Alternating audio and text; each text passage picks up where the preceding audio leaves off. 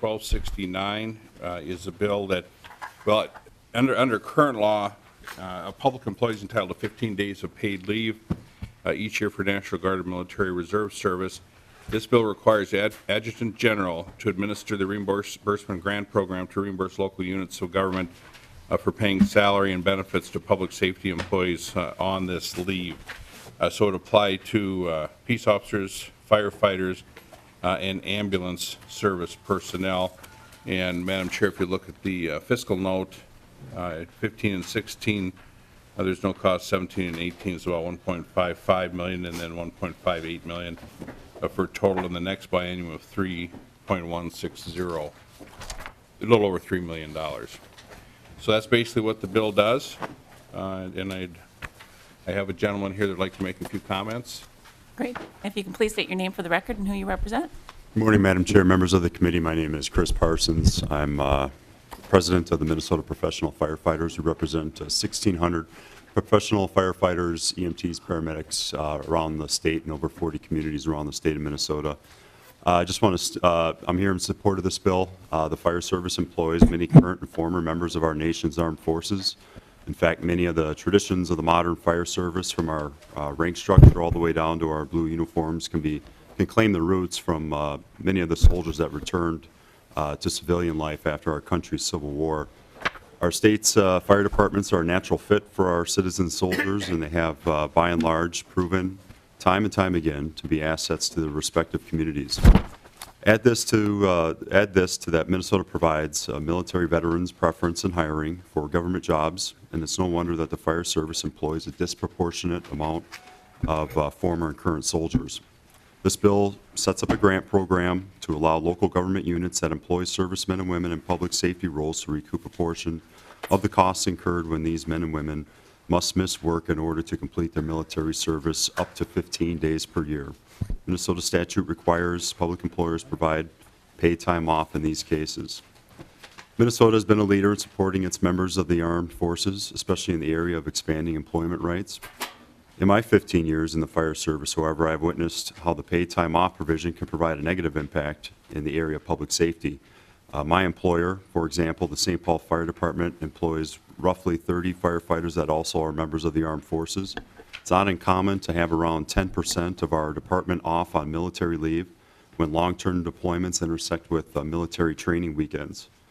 In order to maintain our current minimum staffing number, the department must replace our citizen soldiers with costly overtime, which includes salary and benefits for a 24-hour day and can exceed about $1,000 per replacement. In 2014, the St. Paul Fire Department covered about 602 shifts of overtime due to military leave. This, of course, is not just a St. Paul issue, it's a statewide issue, and it's proportional depending on the size of the community. Minneapolis, similar size, spends about the same. In fact, in Minneapolis, 22 of their last 24 firefighter hires have been military veterans. Duluth spends about $100,000 per year on military leave, Rochester about $30,000 on salary, not including overtime costs. St. Cloud also spends about $30,000 per year. The other side of this coin is what happens when budgets shrink and belts tighten, as they did during our most recent recession. In St. Paul, as in other cities across the state, the answer was often to operate fire companies below the national minimum safety staffing standards, or to shut them down for the day, which meant a reduction in service for our communities. Understaffing is also a danger to firefighters, as it has been proven to be a significant factor in firefighter injuries and fatalities. I'm going to pause you right there, and I'm going to officially call the State Government Finance Committee meeting to order. Members, there's minutes in your packet for March 26. Representative Petersburg moves the minutes. For March 26, all those in favor, please say aye. Aye. Those opposed? The minutes for March 26 are approved. With that, I'm going to move House File 1269 for possible conclusion in the omnibus state government finance bill. With that, Chair Davids, do I have any other testimony? I'm not aware of any. Okay. Is there anyone else from the public that wishes to testify for this bill or have comments to this bill?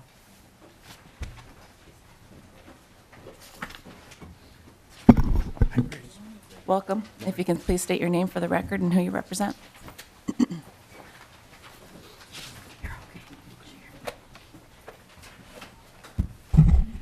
Good morning, Madam Chairman and members. My name is Grace Kelleher, and I represent the Minnesota School Boards Association. And we are excited about the amendment that was added. We think it's productive to put in teachers as well as administrators to use this program.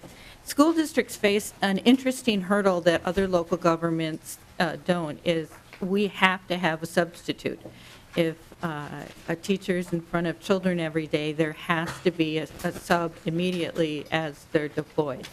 So in the past, none of those costs were covered. They were all taken in by the school district, and a small district in particular, this can come as a difficult hit. And we want to thank Representative Davids and his leadership on this. This would be very helpful to encourage, just to support our veterans across all boards and school districts. So, Madam Chair, we are very supportive of this and the amendment. Okay, and Representative Nelson, do you want to speak to your amendment? A1 amendment, members in your packet. Thank you, Madam Chair. And the amendment I have is the A1 amendment, and basically what it does is add school district employees, or public employees employed by a school district in positions of teacher, adds teachers to the bill. Under current law, teachers are part of the law that allows them the 15 days paid leave off. And if this bill, when I see this bill, I think it's a good bill. It's about relieving unfunded mandates that we as a state have imposed on our local governments. And this would help relieve our school districts of an unfunded mandate, one of many, but that's my amendment. So I move the A1 amendment. Okay, Chair Davids to the amendment. Well, thank you, Madam Chair, and thank you, Representative Nelson, for the amendment.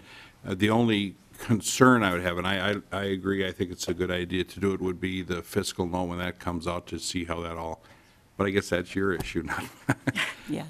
It's all of our issue, of course, but that's the only thing because I'm at about 3 million into the next biennium now. That I don't know what the fiscal note will do, but I guess we'll find out. Yes. If the committee decides to put it on. Great.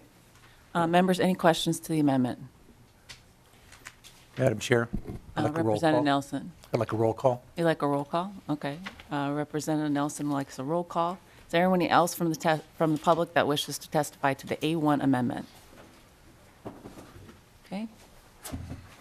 Seeing none, members, we're going to take the roll call. Representative Sarah Anderson. Aye. Representative Jeff Howe. Aye. Representative Sheldon Johnson. Aye. Representative Tony Albright. Representative Mark Anderson. Aye. Representative Lyndon Carlson. Aye. Representative Bob Detmer. Representative Ron Earhart. Representative Phyllis Kahn. Representative Caroline Lane. Aye. Representative Bob Loonan. Aye. Representative Jim Nash. Aye. Representative Michael Nelson. Aye. Representative John Petersburg. Aye. Representative Cindy Pugh. Aye. Representative Linda Rumbeck. Aye. And Representative Jennifer Schultz. Aye.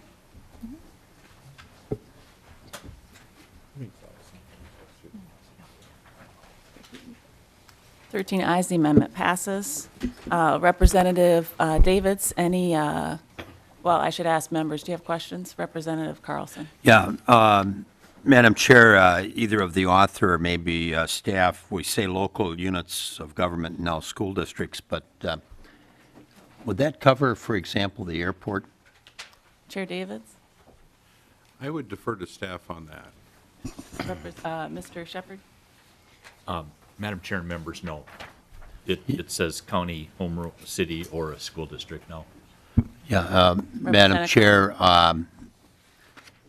Twin City International Airport and probably some of the other airports around the state have a number of public safety employees, including firefighters and so on.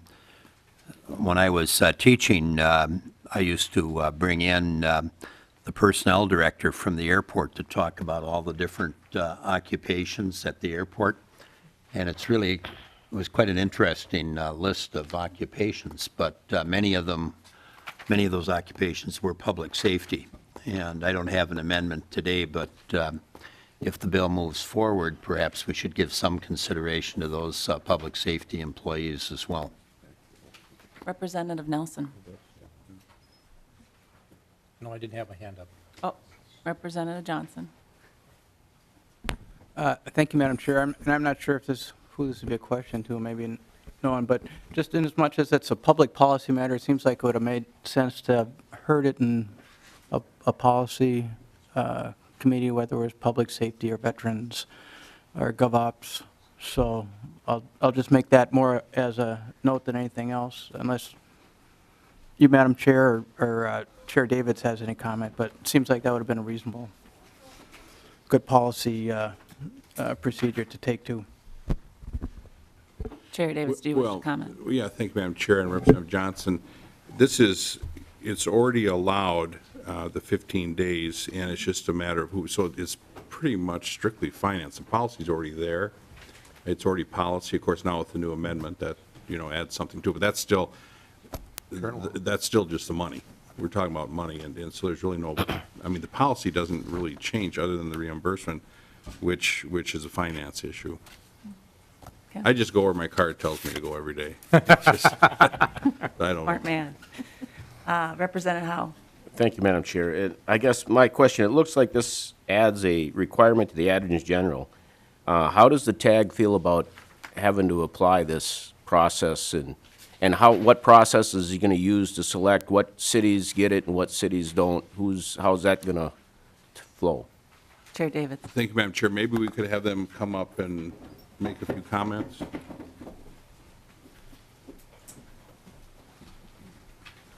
Welcome. If you can please state your name for the record and who you represent. Yes, thank you, Madam Chair. I'm Don Kerr, the Executive Director for the Department of Military Affairs. With regard to Representative Howe's question, the agency we're not opposed to the bill. We're not really supporting the bill. We see advantages and disadvantages to the bill. With regard to the specific methodology that we would use, as we've looked at how we think the bill, if it passes as it's written, it would kind of require us to look at this as a one-time, once-a-year grant that would cover an entire year. So we'd have to put a process in place for units of government to report for a calendar year and then disperse the funding probably in the first quarter of the next calendar year. That's the way we're envisioning it right now, though that's kind of open to a lot more staff work that we'd have to do based on what the bill looks like in its final form. But since there's a provision to say if there aren't adequate funds to pay all of the requests, they have to be prorated, it would be difficult for us to pay as we went unless we had a tremendous amount of money sitting there that we knew we would not exceed the requirement. Does that make sense? Representative Howe. I guess so. This is going to be a reimbursement after the fiscal year is over. Mr. Kerr. Madam Chair, Representative Powell, I believe after the calendar year, the way the bill is written, as I recall. Representative Howe. Thank you, Madam Chair.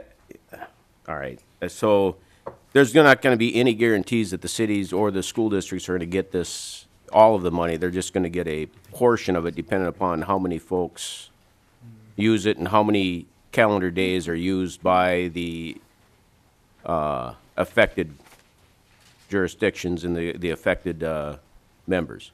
Mr. Kerr. Madam Chair, Representative Powell, again, the way the bill is written right now, depending on how much money the legislature appropriates into the grant fund, it directs that we prorate that against all of the valid claims that were made. And again, adding the teachers in will have an impact on the fiscal note. Representative Howe. Thank you, Madam Chair. So do you have an estimate, or is it how many public employees this is going to affect? We have an estimate in the Mr. fiscal Kerr? note. Sorry, Madam Chair and Representative Howe. There is an estimate in the fiscal note for the public safety employees. We have not run the numbers for the teachers yet. It's not a real significant number. Again, our analysis showed that $3 million in the biennium would likely pay all the grants for the folks that we believe are public safety employees in local units of government. Representative Howe, any follow-up? No. Members, any other questions? Okay, with that, I renew my motion that House File 1269 be laid over for possible inclusion in the State Government Finance Omnibus Bill. Thank you, Chair Davids. Thank you, Madam Chair and members. Members, we're going to move on to House File 437. Representative Scott.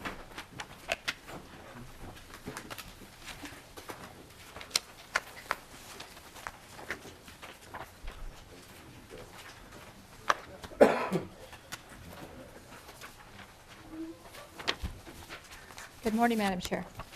Representative Nash is going to move House File 437. Welcome, Representative Scott. Can you give us a description of your bill, please? Thank you. House File 437 would establish a legislative surrogacy commission to examine the many considerations associated with surrogacy arrangements in Minnesota. Although surrogacy arrangements are currently happening in limited numbers in Minnesota, the legislature has not declared surrogacy contracts legal, meaning that a judge has no duty to enforce a surrogacy contract.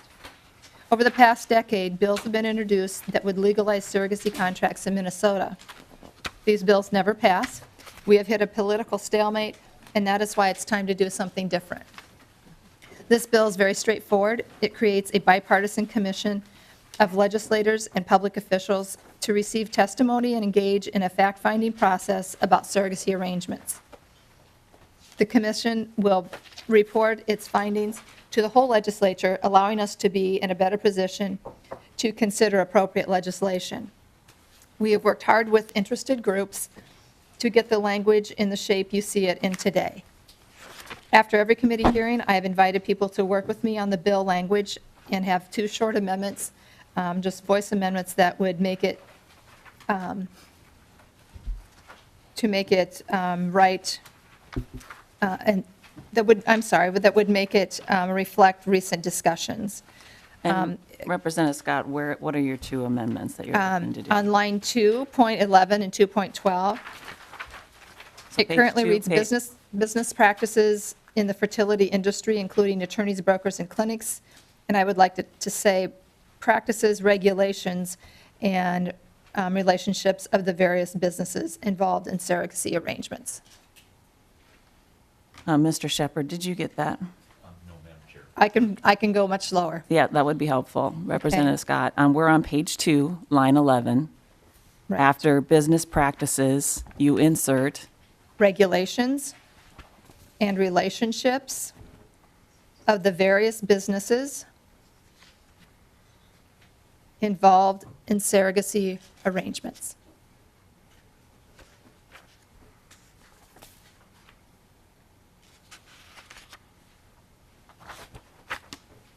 And I don't know if you, Madam Chair, if you would like 2 separate amendments or just one other change I have. we're just going to pause here first. Okay. I think we'll just do this one first. Mr. Shepherd, can you walk us through what this amendment does? Madam Chair and members, and Representative Scott, I just wanted to make sure, were you deleting all of lines 2.11 and 2.12, or were you keeping in business practice? Representative Scott. Thank you, Madam Chair. Mr. Shepherd, deleting lines 2.11 and 2.12 and then just substituting the new language. Oh, so, okay. So it doesn't say. Well, business would stay. It's everything after business, Correct. after practices of the fertility industry would be deleted. Yes, Madam Chair, thank you. Okay, so, okey-dokey. Mr. Shepherd, do you want to repeat, or should I think I've got it, so let me repeat it, and Representative Scott, you tell me if I've Sure. got it correct. So on page 2, line 11, it starts off with business practices, regulations, and relationships of the various businesses involved in surrogacy arrangements, period, or semicolon. And then the words "of the fertility industry, including attorneys, brokers, and clinics" is deleted, is stricken. Is that correct? Madam Chair, I don't have, yes, that's correct. Yep. So again, members, it should say business practices, comma, regulations and relationships of the various businesses involved in surrogacy arrangements. Is that, Mr. Shepherd? Yes, Madam Chair, I have it, and I can write that up in proper form. Okay, that would be helpful. Okay, and to the effect of that, what are we changing here in essence? Madam Chair, this was just compromise language that we reached with some of the stakeholders. Okay. Representative Scott, what's the other one you have? On lines 2.23 to 2.24, which is number 10,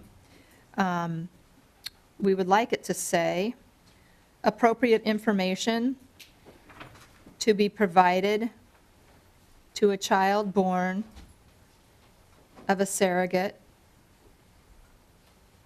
about the child's biological and gestational parents. Okay, so you're just inserting the word appropriate. Is that correct?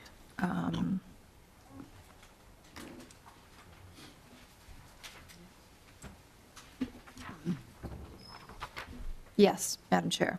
Okay. And Representative Scott, do you have a definition of what appropriate would mean?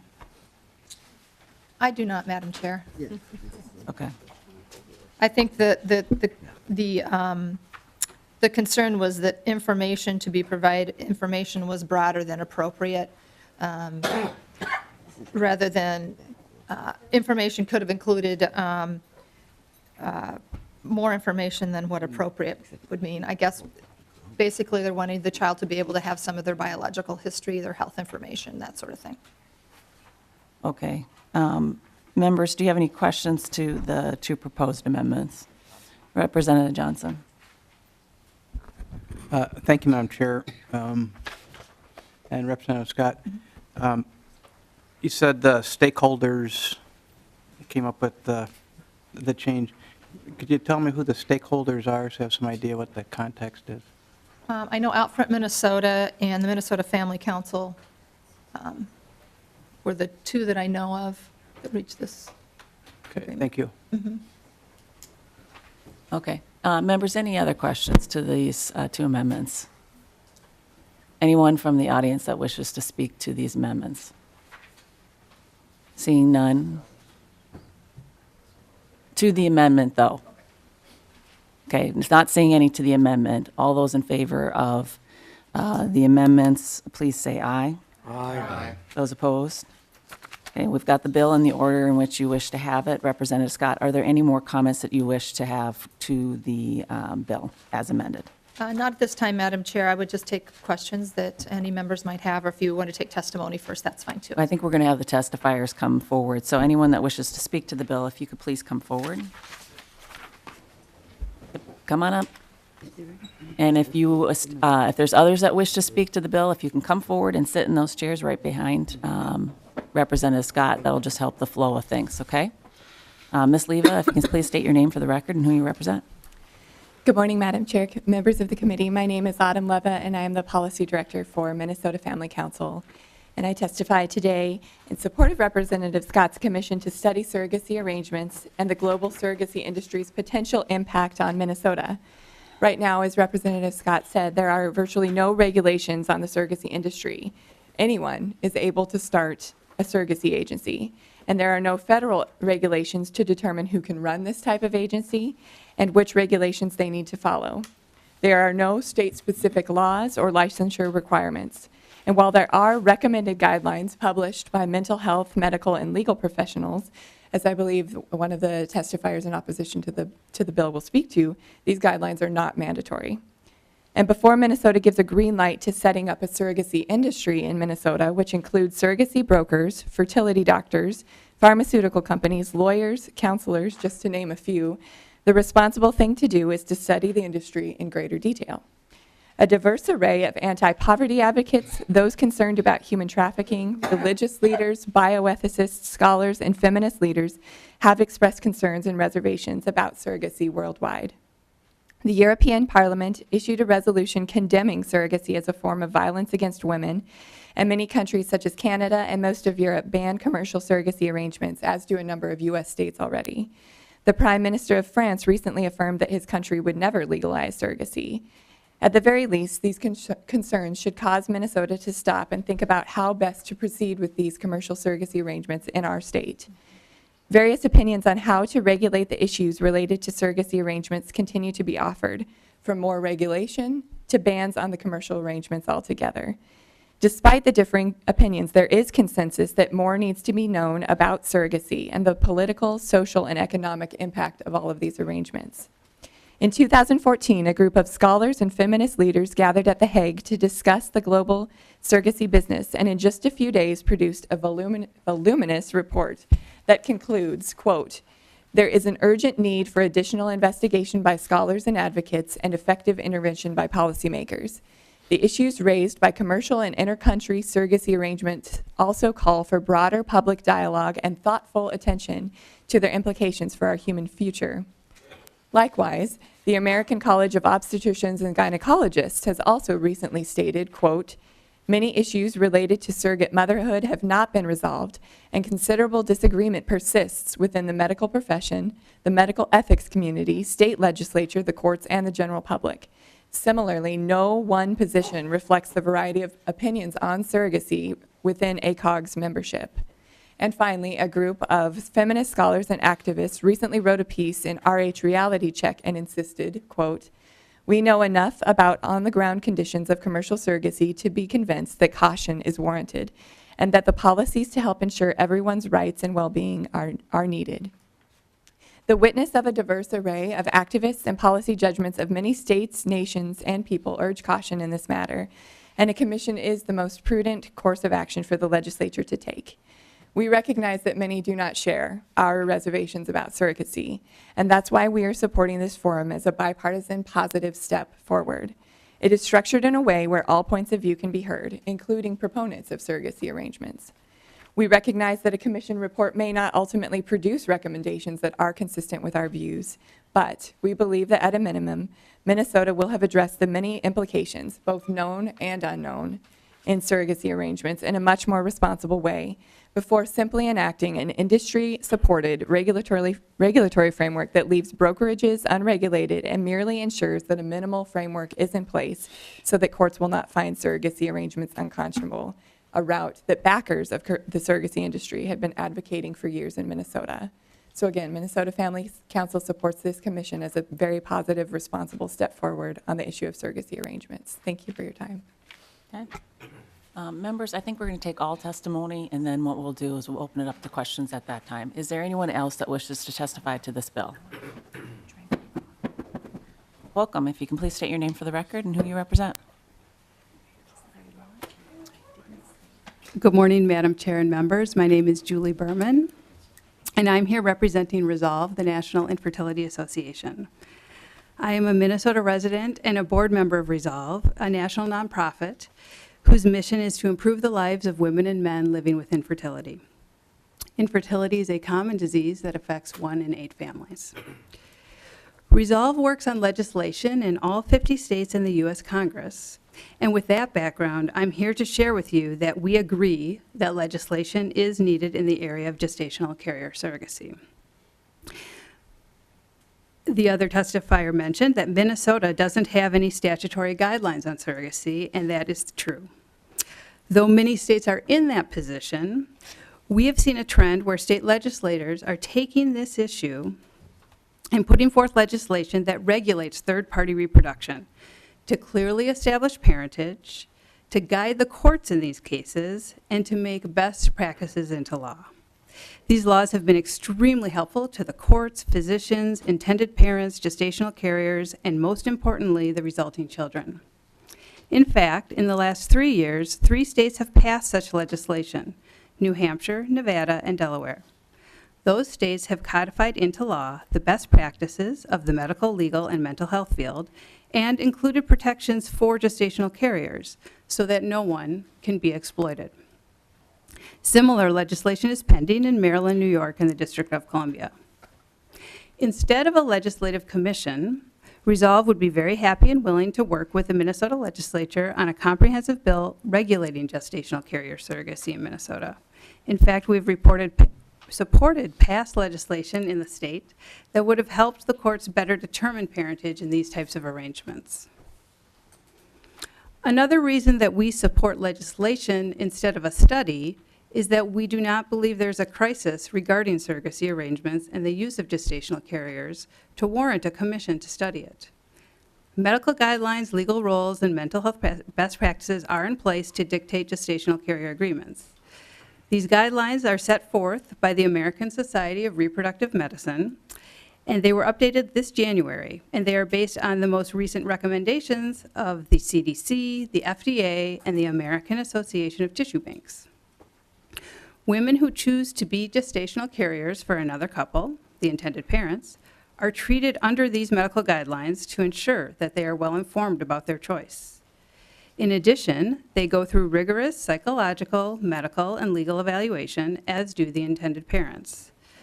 A few of those guidelines are worth stating here to give you a few examples of the depth to which they govern the process. Gestational carriers may be used when there's a true medical condition or biologic inability to conceive. Each party requires separate legal counsel. All participants are screened by trained mental health professionals. Gestational carriers should have previously experienced a full-term pregnancy before embarking on this process, so they understand the true nature of carrying a pregnancy to term. All parties are counseled in the process and its potential risks. All parties are screened for medical concerns or issues. These are just an example of a few of the things that have been codified into law in New Hampshire and Delaware. In addition, the outcome of every IVF cycle, so that means every gestational carrier cycle, is reported to the CDC by federal law. Every IVF clinic has to abide by FDA guidelines. These are not fly-by-night operations. This is a very regulated field of medicine. We feel strongly that there's a better approach, and we hope that you vote against this study and instead work with the infertility community and stakeholders, doctors, mental health professionals, attorneys, intended parents, and gestational carriers, on future legislation that will make a positive difference for Minnesota families. Thank you. Okay, is there anyone else that wishes to testify to this bill? Welcome. If you can please state your name for the record and who you represent. Sure. Yes, my name is Diana DePoister. Madam Chair and members, I don't have quite as much well-prepared remarks, but I just want to kind of share with you my perspective. I've been involved with Resolve, which is the same organization that the lady before me has been involved with for over 15 years now. I've personally done support groups that are faith-based in my own home for over 12 years. I have worked with at least 100 families who have experienced infertility, adoption, and beyond.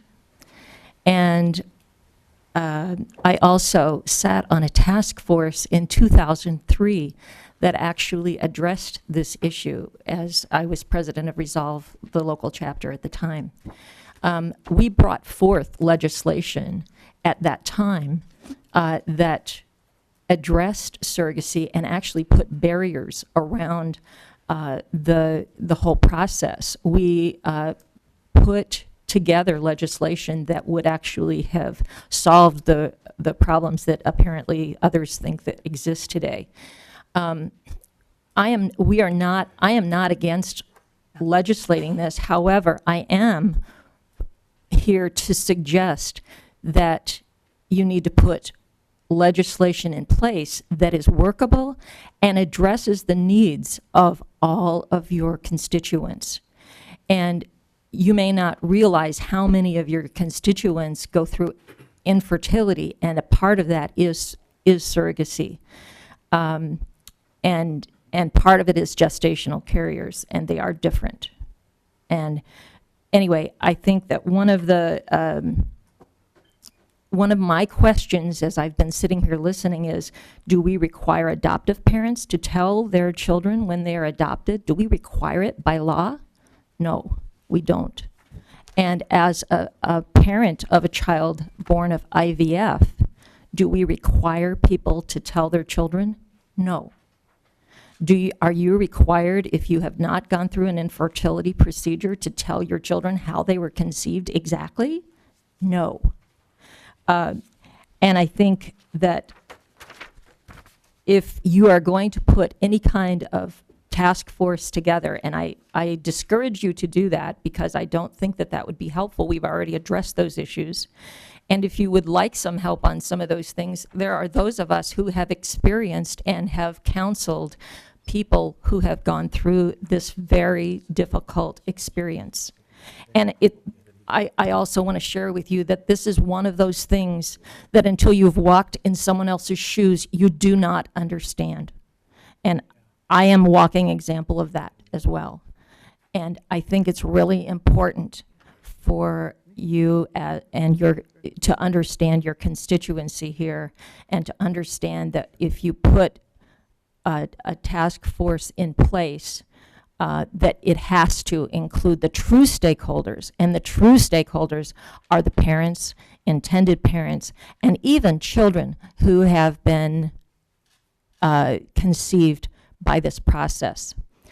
I, as a part of positive legislation, there do need to be guidelines and barriers. However, it is not something that needs to be banned.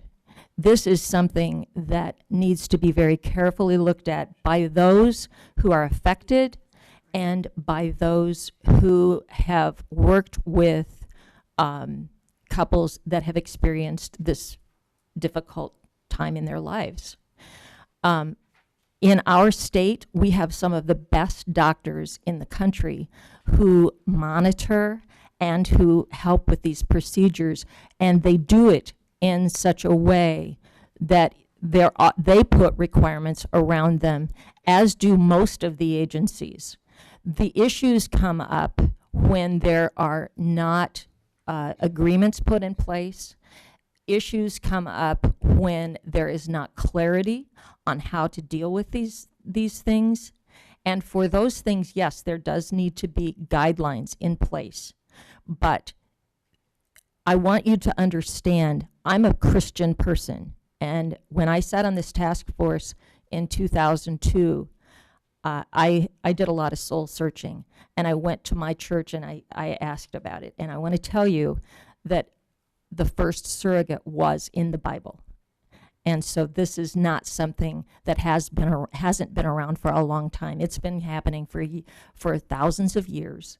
This is not something new. This is not something that that needs to be debated. It's something that needs to have some guidelines put around it, but needs to be understood and shared with people who have actually experienced it, not. And I'm talking both sides, because there are things that have happened to people that shouldn't have, because we don't have some requirements. I will say that.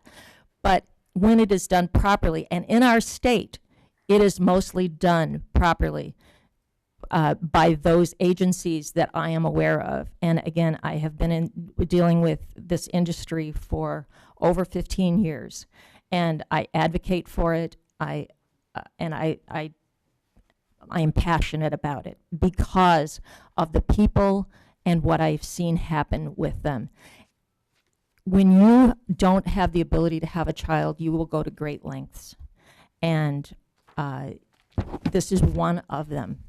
And it is I just ask you all to think very cautiously about how you would feel if you were not able to have a child, and what lengths you might go to, having understood, if you do have children or grandchildren, how important those children are in your lives. I thank you for your time. Great, thank you. Representative Scott? Madam Chair, I'd be willing to take questions before I have closing remarks, or I can make remarks now. It's up to you. Okay. Members, we have Representative Johnson. Thank you, Madam Chair. Representative Scott, I think you've heard this concern before, but again, it has to do with the makeup of the commission, and that legislators obviously dominate. And when I look at the topics for studies, psychological effects, and legal considerations, so forth, it seems to me, listening to the testimony, even of the first testifier talked about scholars and advocates and mental health and medical professionals being important, providing analysis and information and recommendations, how important that was.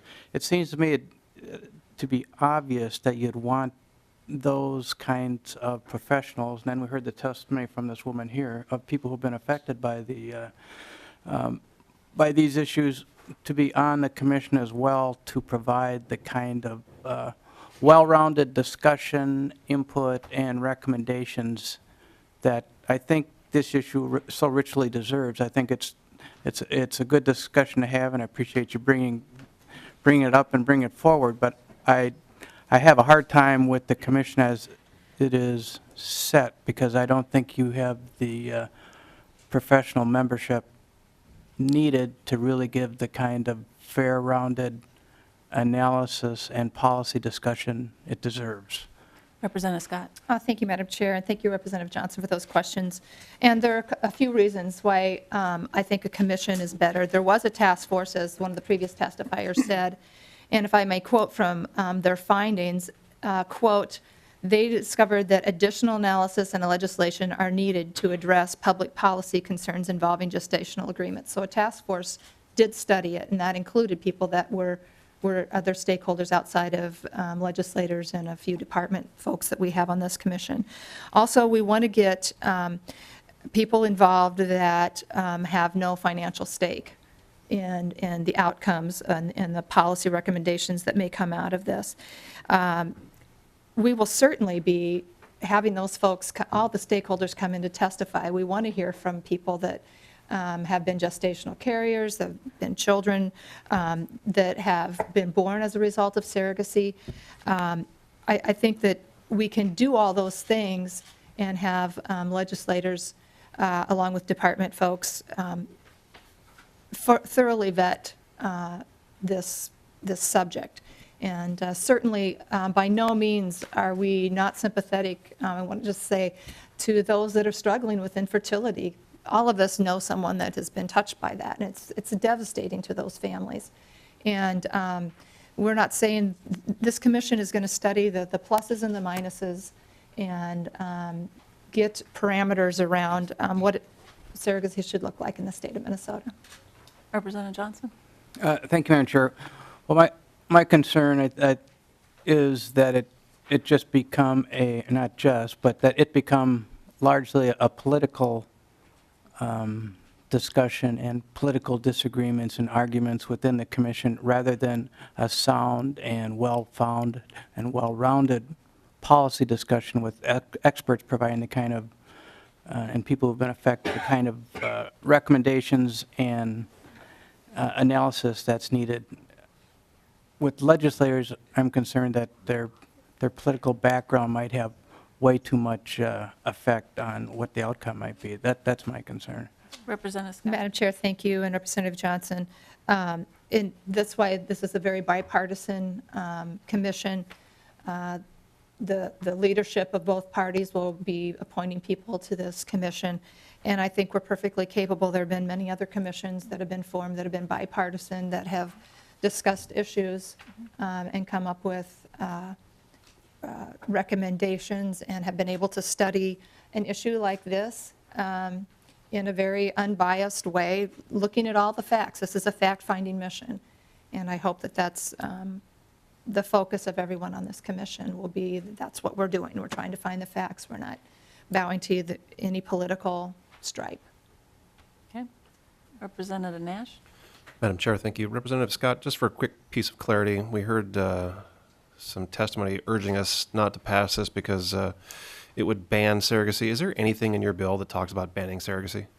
Representative Scott. Thank you, Madam Chair. Representative Nash, no. Madam Chair, thank you. Representative Nash. Thank you. Representative Loonan. Thank you, Madam Chair. My question would be the testifier from Resolve, either one of them. Ms. Berman or Ms. DePoyster. And I appreciate the situations that couples are in regarding infertility. My questions are a little more, I guess, financial in nature. So forgive me if they sound insensitive, but from a liability standpoint, if there's a if I'm involved in a car accident and I have there's a surrogate carrier and that baby is injured, who all am I liable to? I mean, it seems like there's a whole bunch of complicated questions around this that we do need to take a look at. Ms. Berman? Yes, Representative. I agree. There are lots of questions, and that's why when people enter into a gestational carrier agreement, they sit down with separate legal counsel and go through all kinds of scenarios like the one you just mentioned. This other person is not a party to the contracts, excuse me, is not a party to the contract at all. What other person? I'm sorry. The person who caused the accident, for instance. Oh, Ms. Berman? yes, sorry, Representative. I am not a legal expert. I am a patient advocate and a board member of Resolve. I can't answer the specifics of that, but what I can tell you is the two parties sit down and talk through all kinds of scenarios and discuss what happens in all kinds of scenarios. Representative Loonan? Andy? Thank you, Madam Chairman. And another question I would have would be regarding employee benefits, how employers of all the parties involved, who I'm assuming they're not a party to the contract either, it just seems like these are things that should be at least discussed or be proactive about. What the precedence is for that. Ms. Berman or Ms. DePoyster? I want to make sure you understand every agreement is different. However, there is no difference. Well, let me address. I'm not sure if I'm getting the crux of your question, but in terms of employee benefits, are you asking the question of who takes care of that? Representative Loonan? Well, I come from an insurance background. Right. And there's some tails on this, and you've got the employer of the carrying mother, Yes. Okay. and you've got the employee of the other mother, and as far as the benefits that are offered. Yes. When it is done properly, Ms. DePoyster? I'm sorry. When it is done properly, there is usually a separate insurance policy that is purchased to cover that pregnancy. And so it is not generally, if it is done properly, a part of an employee benefit. And I'm not sure the crux of your previous question, but I think you were going to whose liability and what happens with that child if it's wronged? injured. That is usually, when it is done properly, addressed within the contract. And as are many, many other issues. And it is typically, the parents are given many different options, just as you are with any pregnancy that you have. Representative Loonan, any follow-up? Two final comments. First of all, I agree with Representative Johnson as far as hoping that if we move forward with this, it isn't a stacked committee, that there is some objectivity. The other thing is in my district, we had a relatively high-profile surrogacy, and 2 weeks ago, the carrying mother went in and gave birth to a beautiful set of twins. So little change in the game plan there. Thank you. Representative Carlson? Yeah, Madam Chair, I'm just trying to follow the fiscal note. Maybe staff or Mr. Hubinger could comment, because we're requiring the Legislative Coordinating Commission to provide staffing and administrative support. And the fiscal note says $26,000, and we don't really say in the bill how that money is necessarily appropriated, and whether that $26,000, it appears, covers the cost of perhaps per diem for the commission members, but there's also the requirement of staffing, and maybe Mr. Hubinger or committee staff could comment on just what the impact of the bill is beyond the per diem payment for the commissioners. Ms. Roberts? I'm trying to get a handle on what that expertise would be. Sure. And Representative Carlson, I think Ms. Roberts has an answer to that. And I do I'm under my understanding that that would be for compensation for members that are serving on the commission. But can you clarify, Ms. Roberts? Yes, Madam Chair and Representative, if you look at page 9 and 10 of the fiscal note, you'll see that the $26,000 is the estimated cost for per diem and also round-trip mileage and lodging for the portion of task force members that would be eligible for that. There is staff time that will be provided by both the House and Senate and the LCC, but the time and cost for that staff time would be absorbed. So that's estimated at about $4,000 for the time that would be spent over the period of the task force meetings. So the $26,000 is the membership reimbursement and costs.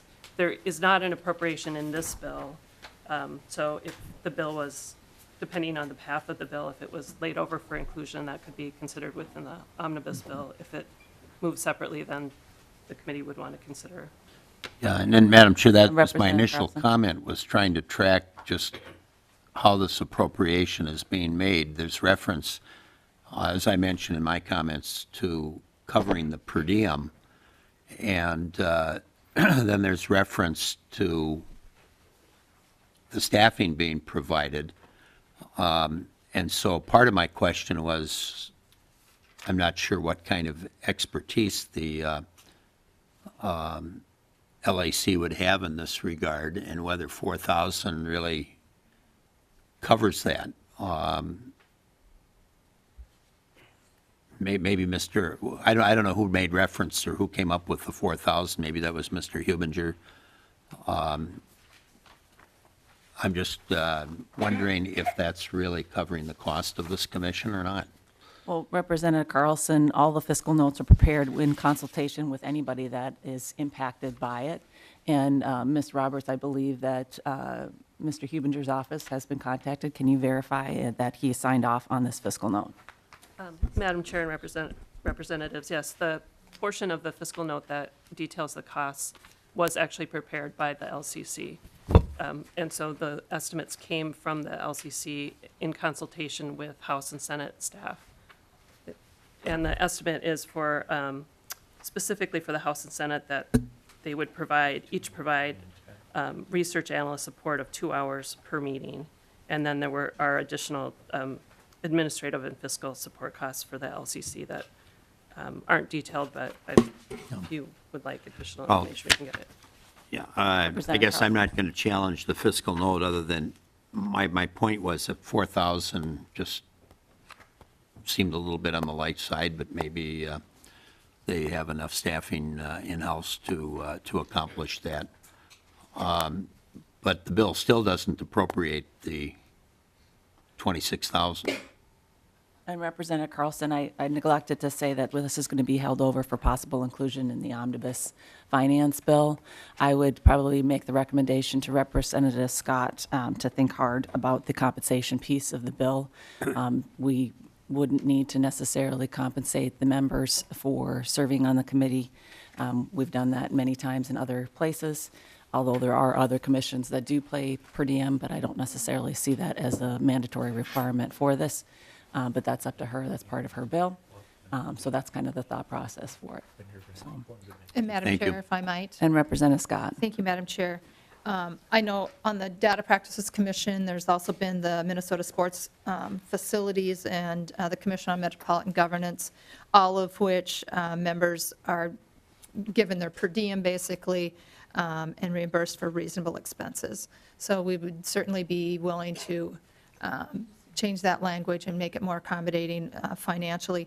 Also, the commission, if you look at the fiscal note, it based the fiscal note on 10 meetings, and certainly that can be a lower number if, I wouldn't want to have any less than 6, but somewhere between 6 and 10 meetings would also, if it went from 10 meetings to 6, it'd save about $7,000. Great. Members, any other questions to this bill? All right, seeing none, I'm going to renew, Representative Nash is going to renew his motion that House File 437 be laid over for possible inclusion in the state government omnibus finance bill. All those in favor, please say aye. Aye. Those opposed? No. The bill is laid over, and we have Representative Barrett is here with House File 1694. Is that the first bill? This is really good. And Representative Pugh, you want to move House File 1694? Yes, I'll move House File 1694. And Representative Barrett, this is going to be laid over for possible inclusion in the omnibus state government finance bill. If you could speak to your bill and give us an idea of what it does. I don't see any amendments, so I think we're good, correct? That is correct, Madam Chair. So, Madam Chair, I'll give you a brief highlights of the bill, then I do have a testifier here who can go over in detail the bill, and if you have any questions, both of us would be happy to answer them. So the bill creates a process for evaluating economic incentives that Minnesota spends to incite jobs and economic development in our state. That process would happen through the Office of Legislative Auditor. And why is this bill necessary? I mentioned we spend millions upon millions of dollars giving money for a particular purpose. We evaluate those processes sporadically, if at all. And I think if we had a process for evaluating those on a more regular basis, we would do more things than are good and do fewer things than are bad and spend our money wisely. Rigorous independent evaluation can help determine which incentives are working, which are not, and how to create jobs and grow the economy in the most effective way possible. That's my summary. And as I mentioned, we have a testifier here. Great. And Mr. Goodman, if you can please state your name for the record and who you represent. Good morning, Madam Chair and members, and thank you so much for your time. My name is Josh Goodman, and I'm a senior researcher with the Pew Charitable Trust's State Economic Development Incentives Project. And Pew is a public charity that engages in research and technical assistance at the local, state, and federal levels of government. And we've been researching economic development incentives for the last 5 years. HF 1694 will help answer a question that I hear constantly from lawmakers in Minnesota and all over the country. How can we create quality jobs and grow our economy most effectively? Minnesota, like most states, provides businesses with tax credits, grants, and loans as a key part of its economic development strategy. And even though incentives are important for states' budgets and economies, lawmakers often lack good information on the results of these programs. They are forced to make decisions based on anecdotes rather than hard evidence. By requiring the legislative auditor to evaluate at least one economic development incentive program each year, this bill would ensure that you have the information that you need. Our research shows that regular, rigorous, independent evaluations can help determine which incentives are working, which are not, and how to improve the effectiveness of these policies. These legislative audit reports could answer key questions for you, such as whether incentive programs are being administered effectively, whether you're encouraging businesses to create jobs they otherwise would not have created, and how Minnesota's economy as a whole is being affected. One particularly innovative aspect of this bill is that it also requires the legislative auditor to publish a report on best practices for exclusive incentives once every 4 years. And exclusive incentives are defined as incentives that the legislature approves for specific companies or projects. As you all know, they've been a big part of the conversation over incentives in Minnesota in recent years. And so the idea of focusing on best practices is to give the legislature guidance to make informed decisions about exclusive incentives in the future. The legislative auditor would describe things like how you can ensure that these kinds of deals create high-quality jobs and how they can be monitored appropriately.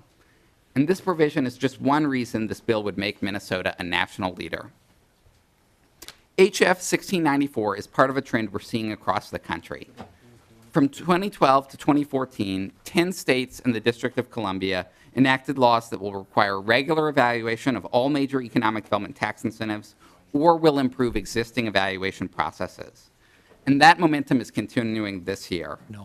Just last week, the governor of North Dakota signed similar legislation into law, while evaluation bills are advancing in other states, including Nebraska and Oklahoma. I know. Support for regular evaluation crosses political lines. In each of these 10 states, the bills passed on strong bipartisan votes.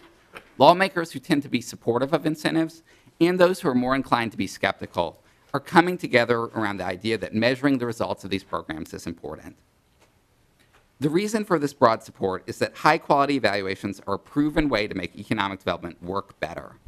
When evaluations show that incentives are working well, states have invested in programs with confidence.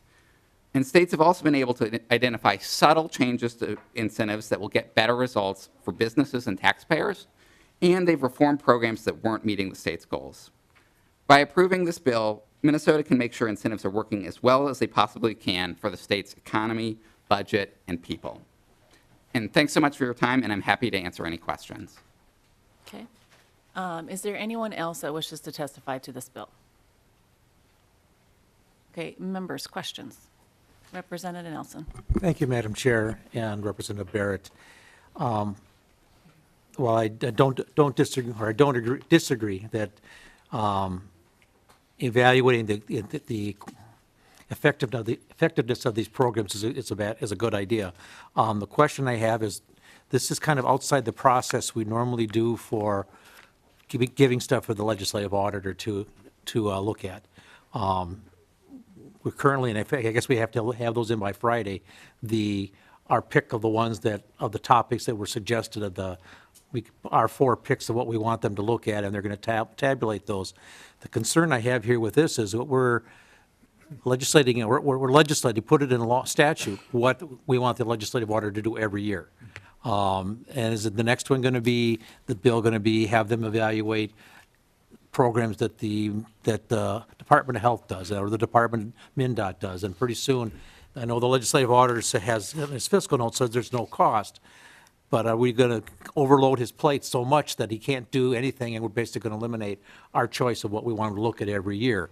And I know the legislative auditor in the past has said he'll do whatever we tell him to do, but at some point, he's either going to grow a huge department and have to deal with all this stuff, or things aren't going to get done. And I know he said that in the past, I'll do whatever you want, but that means if I have too much time for this, that means some of this other stuff that I do isn't going to get done because of it. So that's a concern I have with this bill. And setting it in statute as opposed to doing it through our normal process. Representative Barrett. Sure. Thank you, Madam Chair, and Representative Nelson. Excellent question. It's a question that we have in creating the bill and amending the bill and having the bill in the shape it is right now, we've struggled with. The fiscal note is 0 because we've talked to the Legislative Auditor, Office of Legislative Auditor, and if you'd like, there's a representative of that department here today. She'd be happy to speak on the issue. We've been assured that they can do this work through normal channels, through normal resources, without adding anything additional. Why do we pick this? Because it's important. We spend millions, if not billions of dollars on economic incentives. If another issue rose to that level of expenditure, it might be appropriate to add resources. But with this bill, the fiscal note is 0, and for good reason, because we didn't want to overload that department.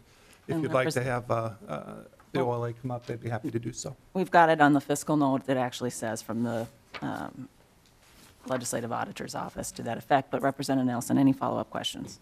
Yes, Madam Chair, and this is more of a statement. We don't need to have the legislative auditor come up because, as I said in my question, in the past, Mr. Nobles and the legislative auditor department has said they can do this work. It's just that we keep loading stuff on his plate by making him do this and making him do that, and we've had numerous ones come through GovOps, and I think a couple have come through here already. The 2 committees usually meet back-to-back, so I kind of mesh them 2 together in my mind at times. But we've had a lot of them where we're giving more duties to the legislative auditor. And like I said, in past years, when he's been asked whether he can do this, he's basically said what Representative Barrett said. He said is that, yes, I can do this in our normal scope. But at some point, he's also said that at some point, if I get too much stuff put on my plate, some stuff's going to fall off. It's sort of like going to the buffet on Easter Sunday and floating your plate up and to the point where things fall off the plate, can't get to it all. And I think that's concern I Is that a have that we're recent going memory outside the there, normal Representative process. What's Nelson? that? Is that a recent memory, or? Actually, no, I didn't go to a buffet this year, Okay. but yeah, but we all know how that works. So that's just my concern, and so and that's I wanted that on tape. So Great. All right. Madam Chair. Representative Barrett. So regarding the buffet analogy, I use the 10-second rule myself, so. Oh, very nice. Representative Johnson. Thank you, Madam Chair. And Representative Barrett, I'm just trying to understand from more of a practical perspective. Could you give me an example over the last year or even this year about what would be an economic development incentive program, whether general incentive or exclusive incentive? That'd be the type that we're referring to that we'd want analyzed, just so folks understand what it is we're talking about on a very practical level. Representative Barrett. Thank you, Madam Chair and Representative. Well, we have evaluated economic incentives in the past sporadically. I can give you a couple examples of what we've done to give you a kind of a general thought about what could be done with other incentives. But 2014, we evaluated the state's angel investment tax credit. And in that, we found, some areas to improve. Some of the angels weren't necessarily arm's length angels. And so we thought that some of that some of the incentive might have happened anyway because of the relationship with the angel and the organization. So I think either, I don't want to speak to the legislation because I wasn't involved in it, but I think things were tightened up in that regard. Back in 2008, the legislative auditor evaluated the Job Opportunity Building Zone program, and it created numerous recommendations for the legislature to look at. Those would be two areas. In other states, New Mexico has had some incentive programs that they have evaluated in which they gave incentives to both smaller companies and larger companies, finding that the larger companies would have done that particular idea or initiative anyway. The smaller companies wouldn't have, so they made some changes to the law so that it only affected those that would actually be incentivized by the tax credit. Representative Barrett, I understand there's going to be an announcement later on, I think it's today, regarding a bonding bill proposal. Would it also include bonding bills that are declared to be job providers or, increase in jobs as economic development? Well, the description is in, it starts on line 1.12. And I read through that, Representative Barrett, and that's why I asked, because I didn't see anything specifically that Yeah, I don't think it would. include that. I don't And think it would. unless that's considered as part of an economic state program, would that be included? If it required tax money. So a tax incentive, tax exemption, tax deduction, grant, loan, credit, it would depend on the particular situation. Right now, given the fact that we know the OLA has limited resources, we are asking for one program to be evaluated each year. I think this is a baseline. I think once we look at the results over time, we might want to do more of it, just like the words in the document. If the incentive is working, we do more. If the incentive isn't working, we do less. I think that process can go with this bill as well. If the bill actually gets passed into law, creates good government, and we want to do more good government, we expand it. If not, if it's not working, we don't. Okay, so because debt service is using tax dollars, then that would probably be included as part of a review then?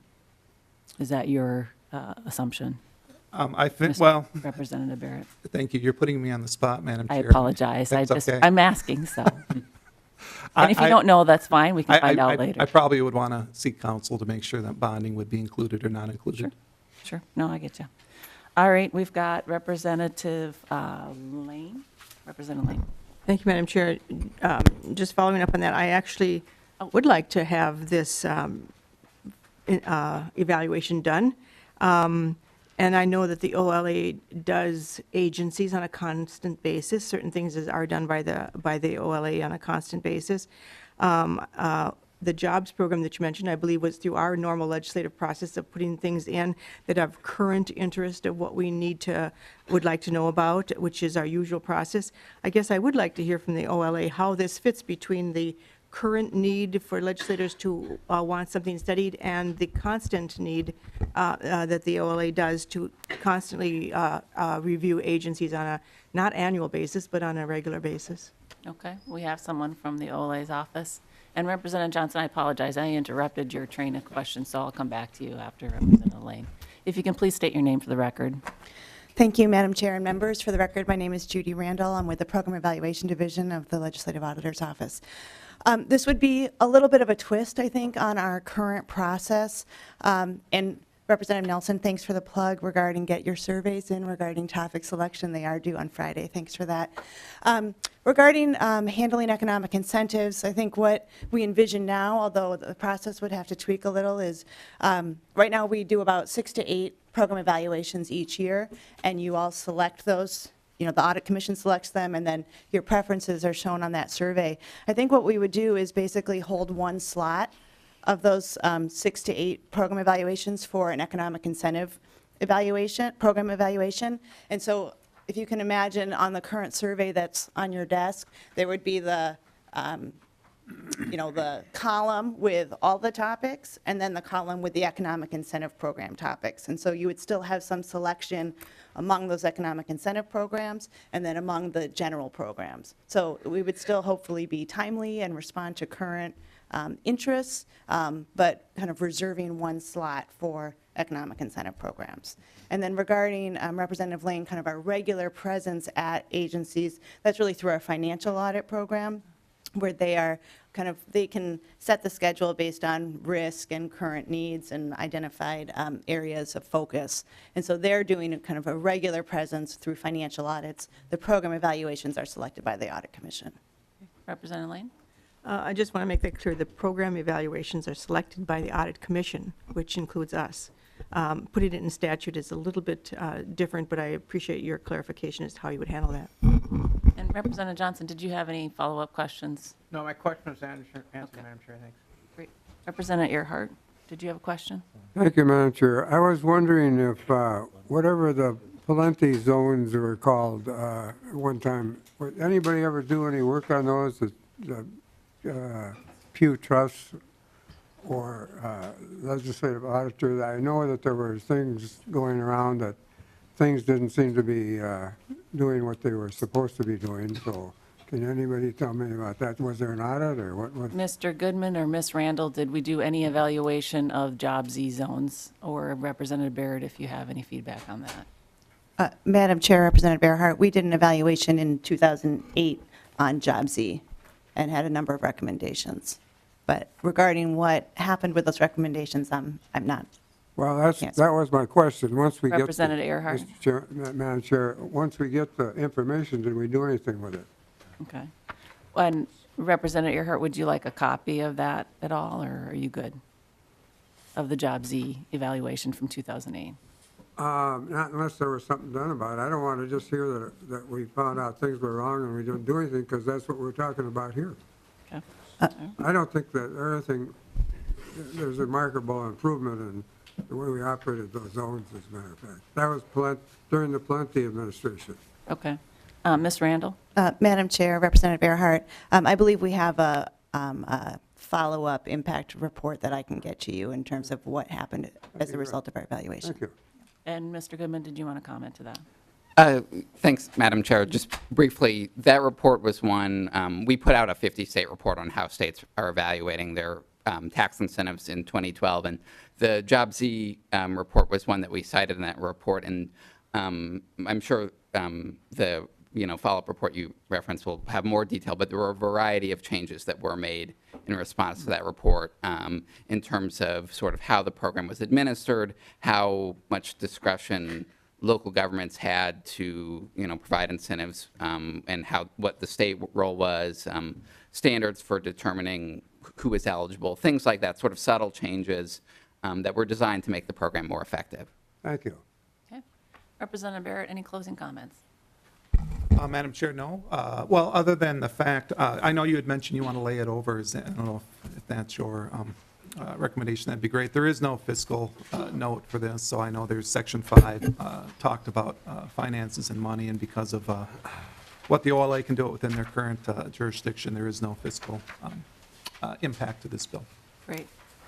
Members, with that, I renew, or Representative Pugh renews her motion that House File 1694 be laid over for possible inclusion in the omnibus state government finance bill. All those in favor, please say aye. Aye. All those opposed? And, okay, your bill is laid over, and thank you, Representative Barrett. Thank you.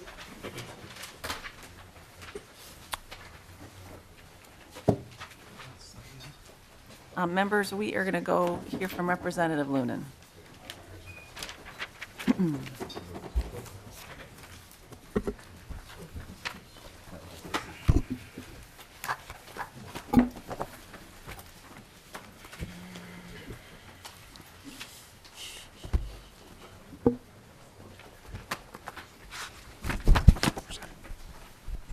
Madam Chair. Representative Loonan moves House File 1793. Representative Loonan, if you can explain your bill. This bill deals with the Horse Racing Commission and the powers within.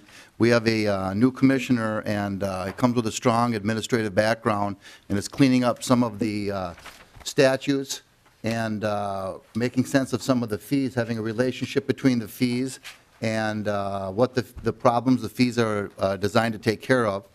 One of the components of the bill is to eliminate the $100 cap on licensures out there. The licensures that are out at the horse track involve anything from farriers who clip the toenails of the horses, if you will, to the Bally and the mega gambling institutions that are out there. And we feel that a more equitable fee should be charged for some of the bigger entities that are coming away with a lot of profits from there. It also tightens up the relationship between the card club. The legislature in the past has authorized to create revenue to increase the purses to improve horse racing in Minnesota. To formalize that a little bit, I have a testifier here today from the Commissioner's office that can go through some of the other details of the bill. Okay, if you can please state your name for the record and who you represent. Good morning, Madam Chair and members of the committee. I'm Joe Skirdo, Deputy Director of the Minnesota Racing Commission. The bill you have before you contains changes to clarify and to simplify language within Chapter 240, which guides the racing and card playing industry in Minnesota. The bill also contains two provisions or changes that have fiscal elements, which I will briefly outline for you today. The modification in Section 10 would allow the MRC to change the current term of designated Class C occupational licenses from 1 year up to 3 years. Our intent is to only extend this term for horse owners initially, but provide the ability to implement for other classes in the future. The 3-year license provision is something that was brought to us by our constituents and the people within the industry. It is a revenue neutral provision. A number of other jurisdictions throughout the country currently offer 3-year licenses, including New York, California, Los Angeles, Pennsylvania, and a number of others. It will provide the MRC an estimated $75,000 in initial cash flow, positive introduction of cash flow, but of course that will be dissipated over the next 2 years as the licenses expire. The provision would also benefit the MRC in some reduction of administrative costs due to just licensing some categories for once every 3 years. The second provision or change is in Section 12, which would remove the $100 ceiling on Class C occupational licenses. This change would allow the commission, through a rulemaking process and with the future approval of the governor and the legislature, to create new vendor categories and raise fees on those companies that benefit most from our industry, or have the most influence on the operational integrity of card playing and wagering within the state. Currently, the nice lady that sells fresh peanuts at Canterbury Park pays a $100 vendor license fee. Counter to that, Bally's Gaming, as the representative pointed out, pays the same $100. So there's an inequity there that needs to be addressed. Gaming vendors in other jurisdictions, such as Iowa, pay $1,000 for their license, Indiana, $7,500, Michigan, $5,000, Ohio, Pennsylvania, also $5,000. Here in Minnesota, $100.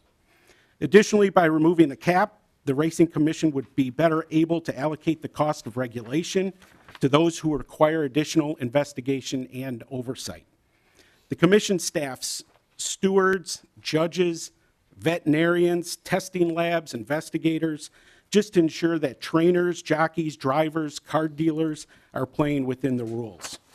Conversely, a student working summers at running aces behind the concession stand who needs very little oversight by the commission pays the same license fees as those others. This change would allow us to provide a better correlation between the regulation activities and the costs associated with the occupation itself. The $100 cap has been in effect since enabling legislation for racing back in 1983.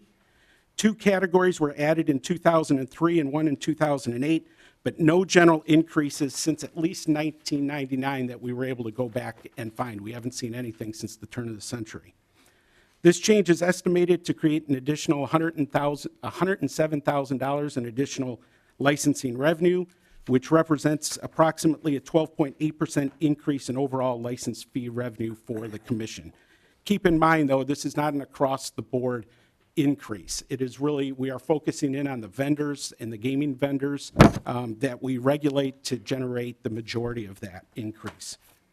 In summary, if this bill becomes law, both of these changes outlined would still have to go through a rulemaking process, gaining input from the industry and consensus, receive governor's approval as well as approval from the legislature. Finally, neither of these provisions outlined will have any impact on the general fund. I'm happy to answer any questions and respectfully ask for your support in moving this bill forward. Is there anybody else that wishes to testify to this bill? Representative Khan. Is there any thought for these licenses of working some way in some percentage of the receipts?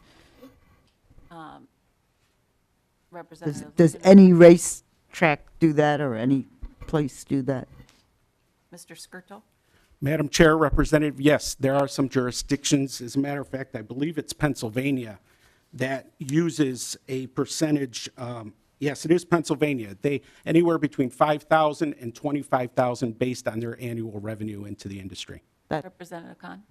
kind of looks like a better idea to me in terms of being able to, I don't know what the percentage should be. There must be something that could be negotiated and agreed on.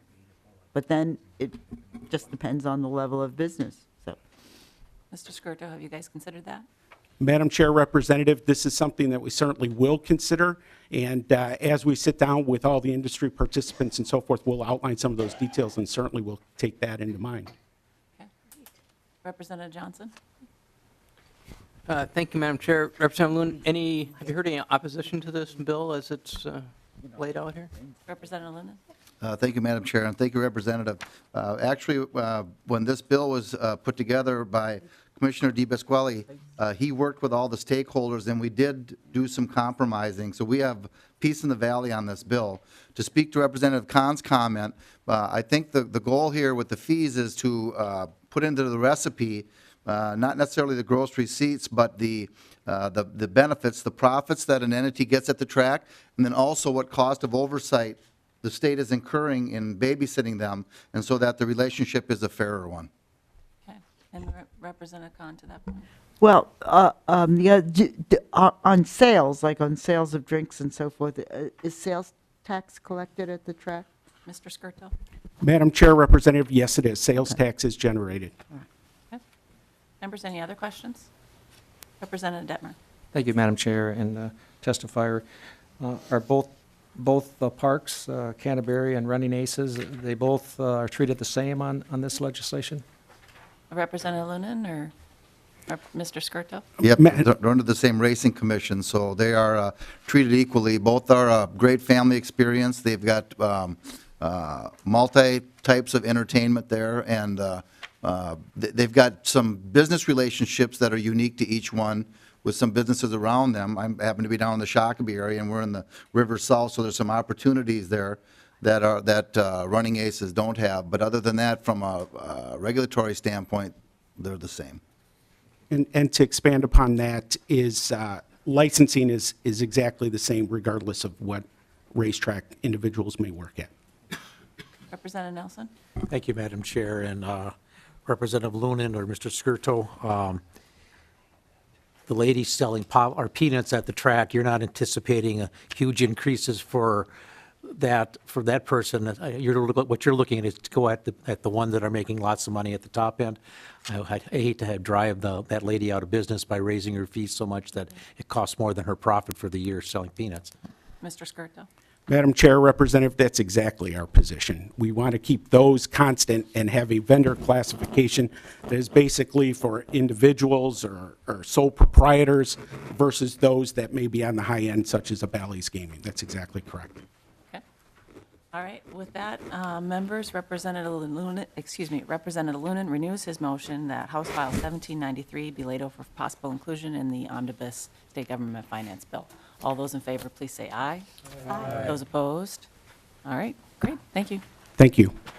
Representative Nash, House File 1805.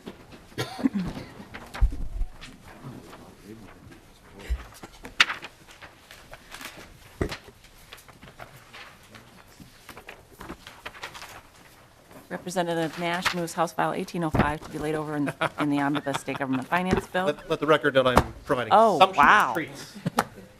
Whoa. Thank you. Madam Chair, members, We appreciate your diligence. Representative Loonan, on the other hand, neglected his duty.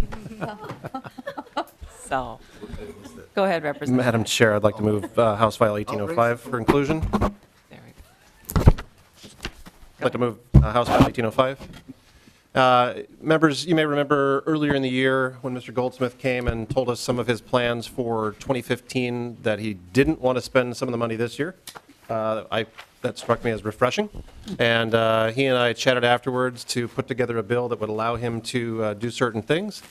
It is contained in House File 1805, and I think that it's a good bill. I think that there should be fairly wide bipartisan support. And he's here to tell you exactly what it does and what it doesn't do, but would hand it over to him. Mr. Goldsmith. Thank you, Madam Chair, members. My name is Gary Goldsmith. I'm the Executive Director of the Minnesota Campaign Finance and Public Disclosure Board. There are actually two sections in this bill. Section 1, and by the way, neither section has a fiscal impact.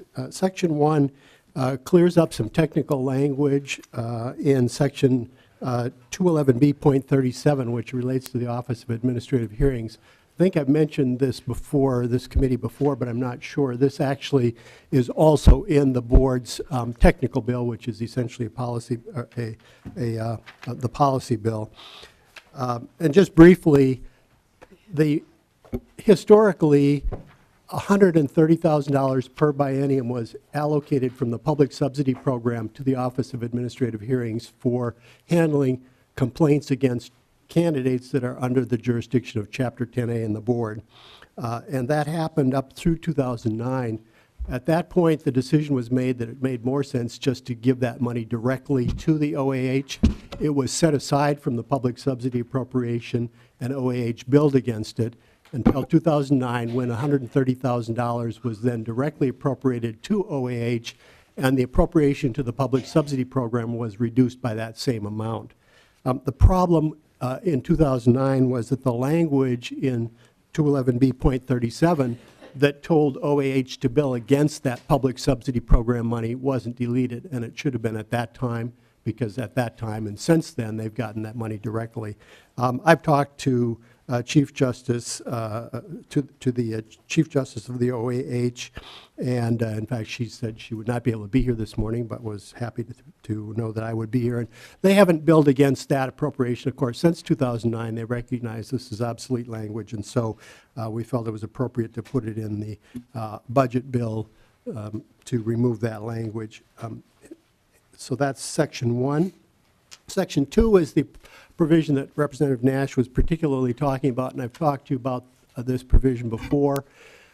We have money in our appropriation, because we got an increase a couple of years ago, to do some technology projects, including the website, which is our top priority right now, and significant resources. All available resources are being devoted to that project, and that's not just a catchphrase. I am actually managing the agency so that I can defer staff time from other projects where I can take them and devote them to the web development project.